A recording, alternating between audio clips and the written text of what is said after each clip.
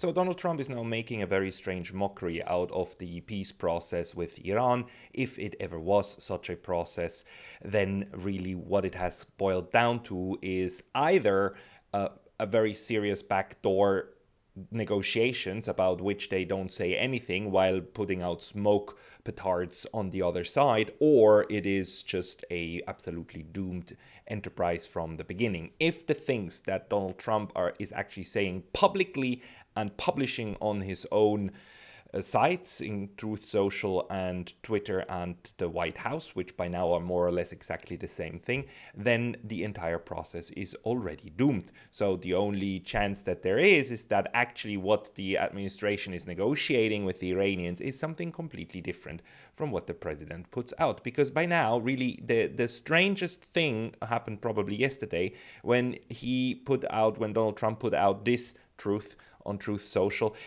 requiring all of the West Asian and North African countries, Muslim countries that currently do not have diplomatic relations with Israel to actually do so and join the Abraham Accords. So a lot of these Muslim countries in West Asia on the Arabian Peninsula have never actually recognized Israel, because Israel is anathema and the Zionist state is anathema to how many of them, at least facing their own publics, see how the Middle East or West Asia should be structured. So places like Saudi Arabia never joined. And now Donald Trump is saying that a peace agreement with Iran must include these other countries that are not part of the war to actually join. And yes, you can make the argument that Saudi Arabia, Qatar, Bahrain, and so on are, of course, part of the war. They've also been hit by Iranian strikes. But at the end of the day, the actual negotiations that are happening are, of course, between Israel and the United States and Iran, which are official parties to this armed conflict. And Mr. Trump here now says in a tweet that from about 48 hours ago, negotiations with the Islamic Republic of Iran are proceeding nicely. It will only be a great deal for all or no deal at all, and then berating a little bit Barack Obama, and then saying that he talked with all of the heads of state from Saudi Arabia over the UAE and Qatar and Bahrain and all the others, including also Turkey, by the way, and Egypt and Jordan. He talked to all of them and actually then says that these countries must join: Qatar, Pakistan, Turkey, Egypt, Jordan, Bahrain. It may be possible that one or two have reasons for not joining the Abraham Accords. Wait, he says it up here. It should be mandatory to all of these countries at a minimum simultaneously sign onto the Abraham Accords. And yes, again, it may not be possible for some of them to join and will be accepted, but mostly should be ready, willing, and able to make this settlement with Iran a far more historic event than it would otherwise be. This is, Donald Trump at this point is fantasizing about stuff for which we also have in international relations and international law just no precedent. There is no precedent that ever we've had non-involved third states, especially countries like Turkey or Egypt, that they actually become part of a peace agreement with parties that they were never at war at. I mean, that's just something that goes over and beyond anything that we have heard or seen before. And it is something that if Donald Trump wants to make this a requirement for a peace agreement, he seems not to make it an absolute requirement, but he seems to want to push everybody to this. If it is a requirement, then it's the surest way to make certain that there will be no actual peace agreement, because this is simply something that all of these other states will certainly not do, even if they would like to see the peace return to the Gulf region. But why would third parties, uninvolved states, especially places like Turkey or Pakistan, actually join any kind of peace agreement that would then bind them and force them to recognize Israel, which has been anathema to them for the longest time and with whom they still have a lot of beef even now. And then at the same time, he also then again kind of tweets out red lines for the United States, which they know are absolute red lines on the other side, to make sure that there is no agreement. Yesterday, only 24 hours ago, he tweets that the enriched uranium nuclear dust will either be immediately turned over to the United States to be brought home and destroyed, or preferably in conjunction and coordination with the Islamic Republic of Iran, destroyed in place or at another acceptable location, with the Atomic Energy Commission or its equivalent being witness to this process and event. Thank you for your attention to this matter. Yeah, at this point, it's an absolute lunatic proposal. I mean, the Islamic Republic made absolutely clear that this is one of their lines. They will not give up their uranium, and they will not give up the right to enrich uranium for peaceful purposes. The one place where they can actually meet, where these visions of what's supposed to happen can actually coincide, is with the nuclear bomb. The Iranians said they don't want the bomb, they don't want nuclear weapons. The US said they can never have US weapons. So actually, yes, that's exactly where they can meet, and that's exactly where the JCPOA actually squared the circle by putting it in writing and adding a lot of guarantor states to it, including European states, including Russia, and to my knowledge even China, that put there the clause that Iran would abide by the provisions of the Non-Proliferation Treaty, which is a much older treaty, which is in force since basically the late 1960s, the early 1970s, and which regulates that apart from the 5 nuclear weapon states, the United States, Britain, France, Russia, Soviet Union at the time, and now Russia and China, that nobody else would be legally allowed to have nuclear weapons. We have a couple of other states who broke out of that corset and developed nuclear weapons on their own in breach to the NPT. India, Pakistan, of course Israel, without saying so, and North Korea. But North Korea, India, Pakistan, they didn't join the NPT, and the North Korea actually quit the NPT before developing the weapon. So on paper they stayed within what was supposed of them, and Israel, of course, is also not a party of it, but also never accepted that it is. That it never officially admitted that it had nuclear weapons, but it is an open secret at this point. It's not an open secret. It is, I don't know what to call it anymore. It's a matter of fact. Even the Israeli politicians speak openly about it, that they should nuke the other side.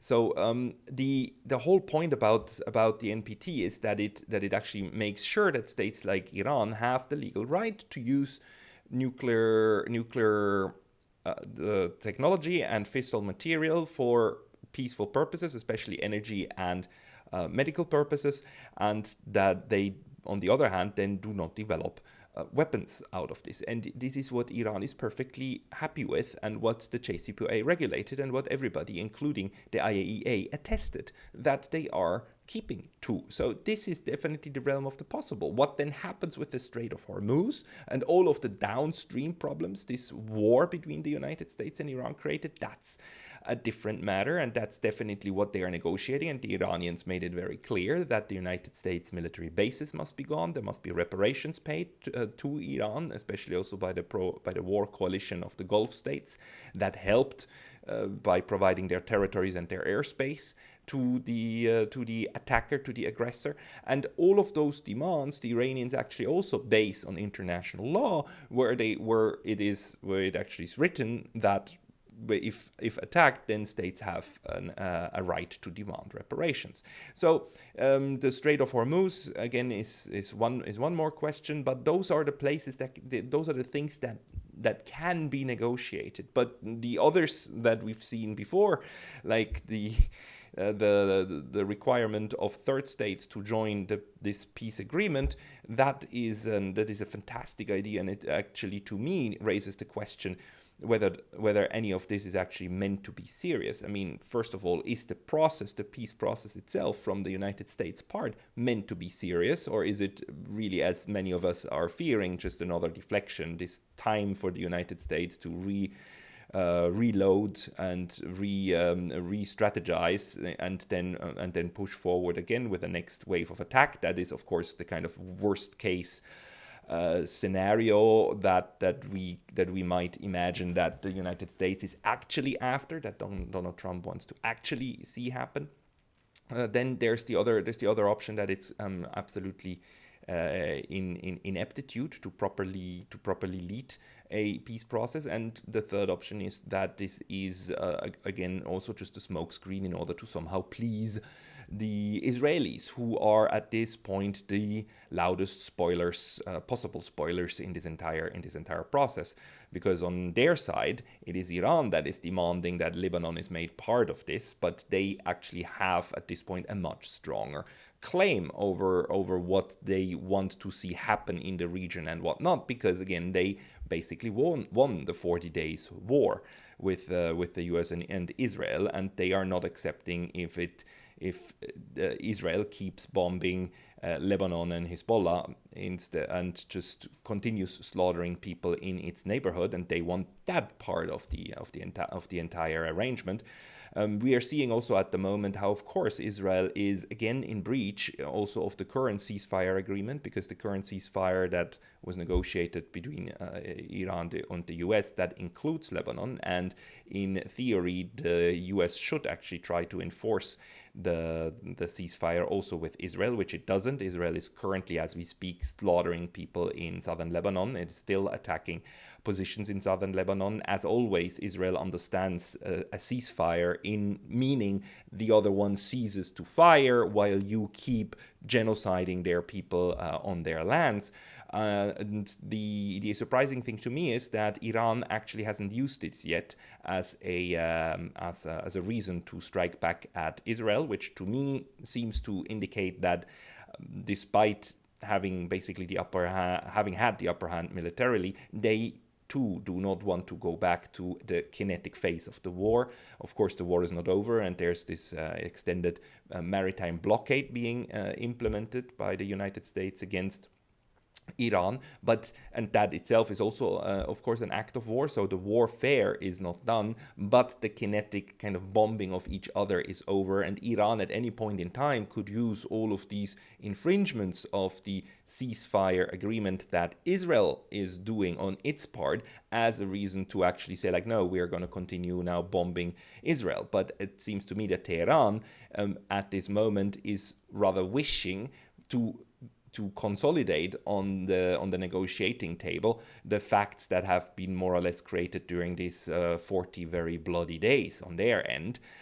But that would require, of course, the United States to live up to the terms of the first ceasefire agreement, and then come to an understanding with Iran in order to move toward a proper peace agreement. And on this part, I would just like to say that there is a lot of skepticism by now, and I'm highly skeptic as well, that any of this is achievable. There was a very good discussion the other day, yesterday, on the Duran, the channel of Alexander Mercouris and Alex Christoforou, that they jointly do, in which they were discussing how possible it is to how realistic it is that we will get to a proper agreement. And both of them accurately pointed out that what we are talking about right now is just to consolidate the ceasefire into a memorandum of understanding, to actually extend it to 60 days, and to have basically a framework agreement to how to get again toward a peaceful relationship in the Gulf region. But that is miles away from an actual peace treaty. And that is absolutely true. Although this memorandum of understanding and this MOU would definitely be one of the most achievable things that we can think about at the moment. The problem is, of course, that these MOUs are very easy to break and very easy to just go over and beyond, because they're basically non-binding documents. They're just pieces of paper that outline how both sides see what the future should hold, but they don't carry weight under international law. And even if they did, we've seen how the United States has treated, for instance, the JCPOA, which was an international treaty and which should have bound the US, but which it then just simply left and quit. And then also we see how the US is not constrained by any kind of treaty document. For instance, the the United Nations Charter, that forbids wars of aggression, and this is clearly a war of aggression. So the US, in many different ways at the current moment, is breaking its agreements. So the question is really like, why would Iran even go along with this? And the answer to me is most likely that what else would you do? You do need to get to some form of future with your neighbors and extended neighbors. So the United States is also something that won't go away, but you need a way to deal with it. And Iran has dealt now with the United States militarily, and it has actually stood its ground, and it has taught the US and Israel that they are not invincible. On the contrary, yes, Israel and the US are able to strike Iran and to hurt them badly and to put parts of Tehran on fire. Yes, they're able to do that, but they are not able to take away Iran's second strike capability. And this is something that is actually quite new in this war. Until now, we used to think of second strike capability solely in the nuclear realm, right? When we talk about second strikes, we usually talk about the mutual assured destruction and this deterrent structure in which when one nuclear weapon state shoots nukes at the other one, the one that gets shot at still maintains the capacity to shoot its nukes at the other party, and then both of them die, right? That's how we thought about second strike capabilities. Iran has now in this war proven that conventional second strike capabilities are enough to actually, when war breaks out, to then deter the other one back into stopping it. That's what we've seen. 40 days of kinetic war, and Iran succeeded in making the US and Israel stop. On the one hand, because the US and Israel started running out of weaponry, but on the other hand also because Iran was at any point in time able to hit back at targets with their conventional strike capacities, their missiles and their drones, at targets of roughly equal value to whatever the US and Israel bombed in Iran, and thereby sending home the message that yes, you can attack these things, but we will at any point in time destroy one of yours, and you will suffer. If we suffer, you suffer. And they made that very, very clear, to the point where actually the US and Israel wanted to stop the kinetic phase. Now we're in this different phase, in this phony type of war, where the US is continuing its siege warfare in order to, with the hope of destroying Iran at some point. But also that one, the Iranians are proving that they can survive this and that they can continue. So the Iranians on their side are now trying to increase the hurt through the Strait of Hormuz to do extended damage to the US and its allies, and increase pressure through that method to force the United States to somehow stop also this one. And within that process, the Iranians were always open for diplomacy after the first 40 days of kinetic warfare. So the point now is that you need some form of something that will optimally lead to a proper security structure in West Asia. And from the Iranian side, it seems to me the tactic is to keep up, to stand your ground, keep negotiating, and then once this MOU has been agreed on, has been signed, part of the process that will be probably in the MOU, they want to take it to the United Nations. Now, why do they want to do that? To me, it's very clear. It's simply because a bilateral agreement with the United States that, in order to become a proper treaty, would have to be ratified by Congress has zero chance of ever passing through Congress.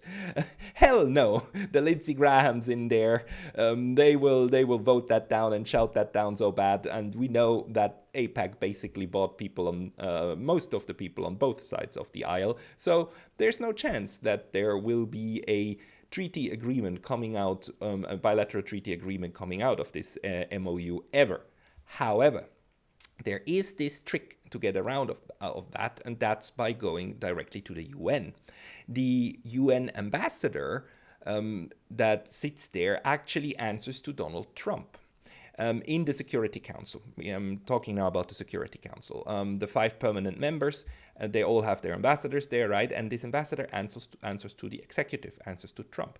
If there is an agreement between the Trump faction of the White House and the Iranians to actually go through this process, and Trump orders the Iranians or the Americans jointly table a Security Council resolution that actually reflects and proper agreement that they have amongst themselves, if that is tabled and Donald Trump orders his ambassador to the UN to not veto it, maybe not even vote in favor, but at least not veto it, and it passes through the Security Council and becomes a Security Council resolution, then that resolution, by virtue of the US being member of the UN, actually then gains also toward the US a treaty status.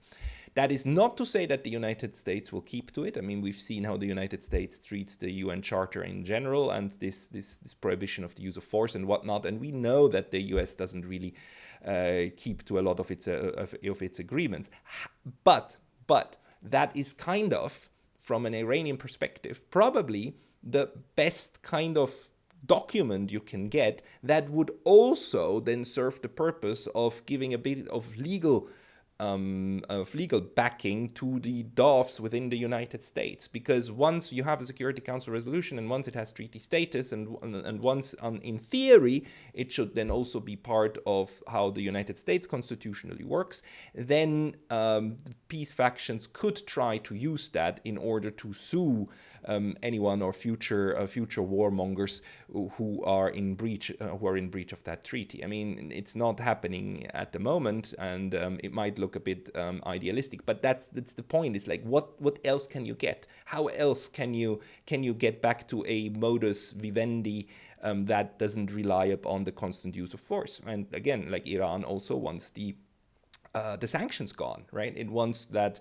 it is finally able, maybe not trade with the United States, but trade at least with European and other states who are willing to trade with them without automatically triggering like banking sanctions and like horrible disasters for anyone trading with them. So that would be a huge plus. So all of these things they want there, and they want it in a written document in the end. And in my view, they want it to run it through the UN, because it is the most likely place to then create an outcome document that's not just important for the US, but it's also important for other states. And once it exists, it will be what Iran can use in order to demand that others also lift their sanctions on them, and then as something that can be used further down the line in order to push back against also the entire European pro-war faction that just wants to continue sanctioning Iran.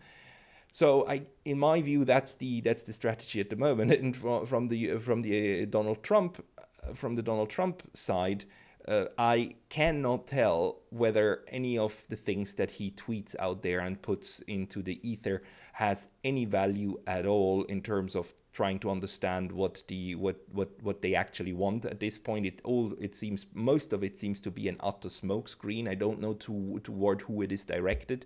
Again, this Abraham Accord tweet or idea that the other Muslim nations also need to join the Abraham Accords as part of the peace deal is obviously something that will not happen, and might be meant to pacify Israel, might be meant to sabotage the process, might be meant to get us busy in the commentariat talking about it in order to not focus on something else. So a red herring out there that I fell for, maybe.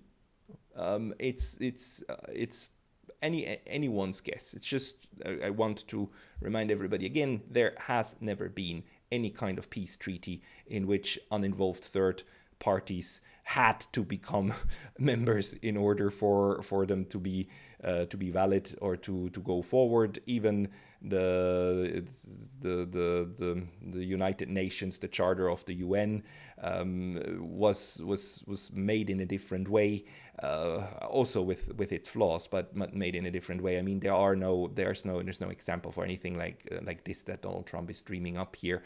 So the expectation that it's just another petard from the White House are quite high. It will be very interesting one day to find out what the actual negotiators, the actual diplomatic team was trying to do and trying to achieve. At this point, it's anyone's guess. But this, if it's meant serious, it won't go anywhere, and at most will buy the United States some time to lose another day.